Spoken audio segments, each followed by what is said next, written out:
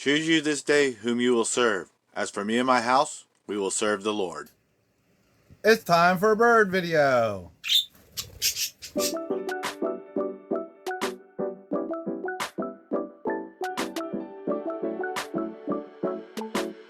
I will disclose my personal stake in this fight because I have student loans too.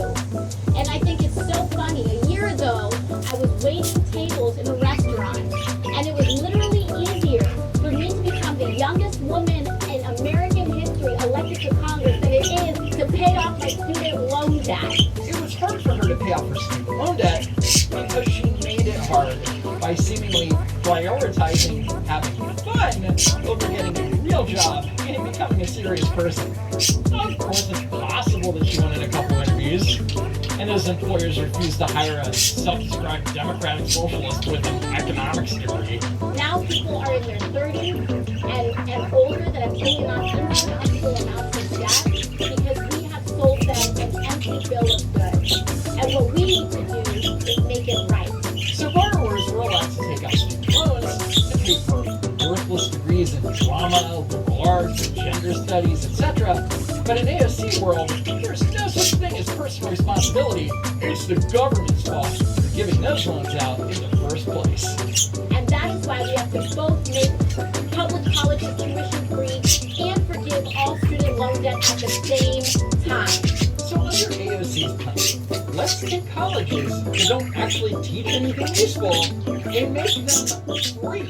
And by free, I mean subsidized by the American taxpayer. Then let's forgive the $1.7 trillion in outstanding student debt because equity or something. We are experiencing a systemic and economy-wide threat to grinding our economy to a halt because families and people in my generation, older and younger, are not buying cars, we're not purchasing homes, we are not building families because of the sector that student loan debt represents on our generation. The average student debt that Americans hold is $36,000. And your claim is that this debt is holding these borrowers back from, say, purchasing a home or buying a car. There are hundreds of thousands of people in this country who owe more on their student loans now than they did when they first took them. And that's true. NBC News recently aired a report about one of those people, a mother who took out several loans for her daughter's education. Patricia Rizzo took out 7 Parent Plus loans over 8 semesters to get her daughter Emily Rizzo through Skidmore College. For Rizzo, her interest rates on Plus loans vary from 6 to 7%.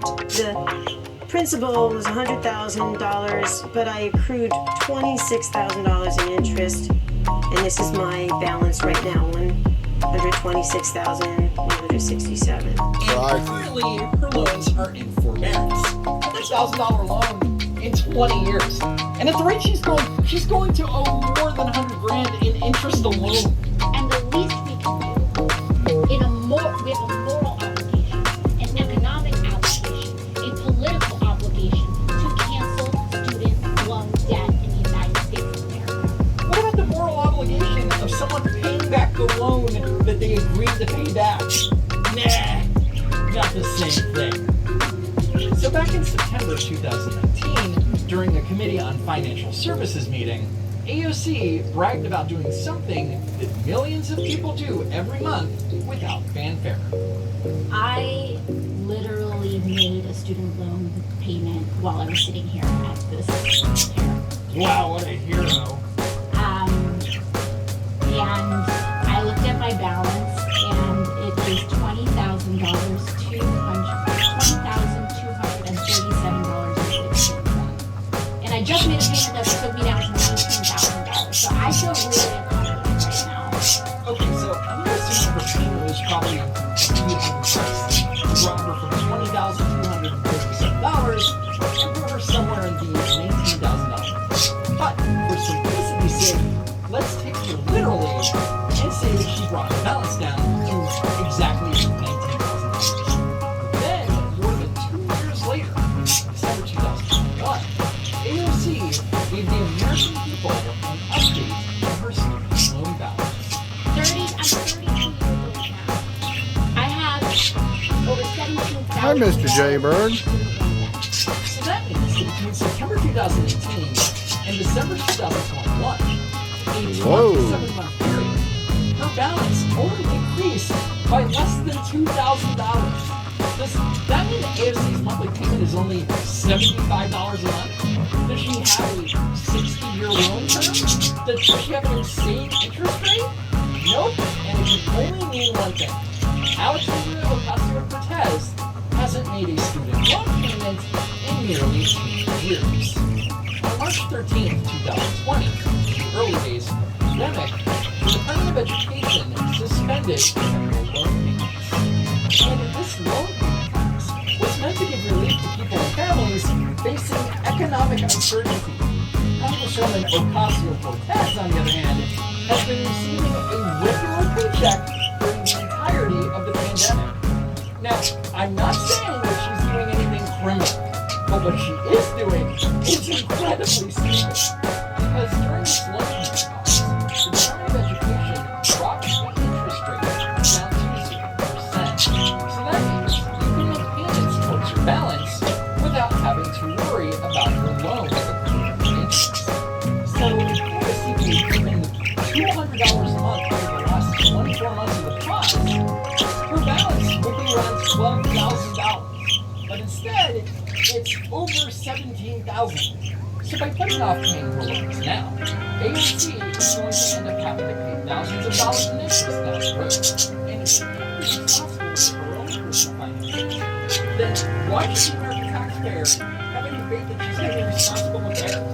And the thing is, she can easily afford making payments, because as a member of Congress, she makes $174,000 a year. I mean, she can afford to buy a long-range model Tesla, and she can afford to live in a luxury apartment complex, complete with a Peloton studio and a comedy pool, and she can afford to spend thousands of dollars to buy a curious exhaust. And here's the thing. The longer that she waits to pay it off, the longer that she gets to complain about her student debt and tweet out statements like, student loans are a scam.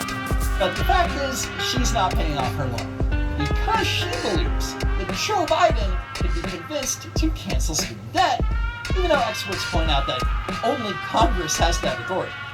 Because there are people who suggest he doesn't have the authority. Cancel them. But Biden has only canceled debt for specific groups, like borrowers who have a total or permanent disability, borrowers who were scammed by ITT Technical Institute, or borrowers eligible for the Public Service Loan Forgiveness Program. In other words, there was reasoning behind discharging these loans.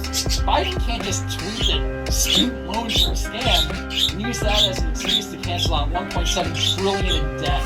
But AOC claims that it's not only in Joe Biden's best interest, but also the Democrats as a whole. In a February 2022 interview with The Yorker, Ocasio-Cortez states, "I can't underscore how much the hesitancy of the Biden administration to pursue student loan cancellation has demoralized a very critical voting bloc that the President, the House, and the Senate need in order to have any chance at preserving any of our majority." AOCs who don't have student loans are totally going to be okay with paying higher taxes to bail out a bunch of college graduates. What a ridiculous assertion. And on that note, that's it for now. Be sure that you're still subscribed to the channel. Check out these videos that you may have missed. And as always, I What y'all hope to see you doing? next time. If there is next time. What y'all doing over there, buddies? Guys, what you doing? What you doing? Hey. Answer the phone, Joshua!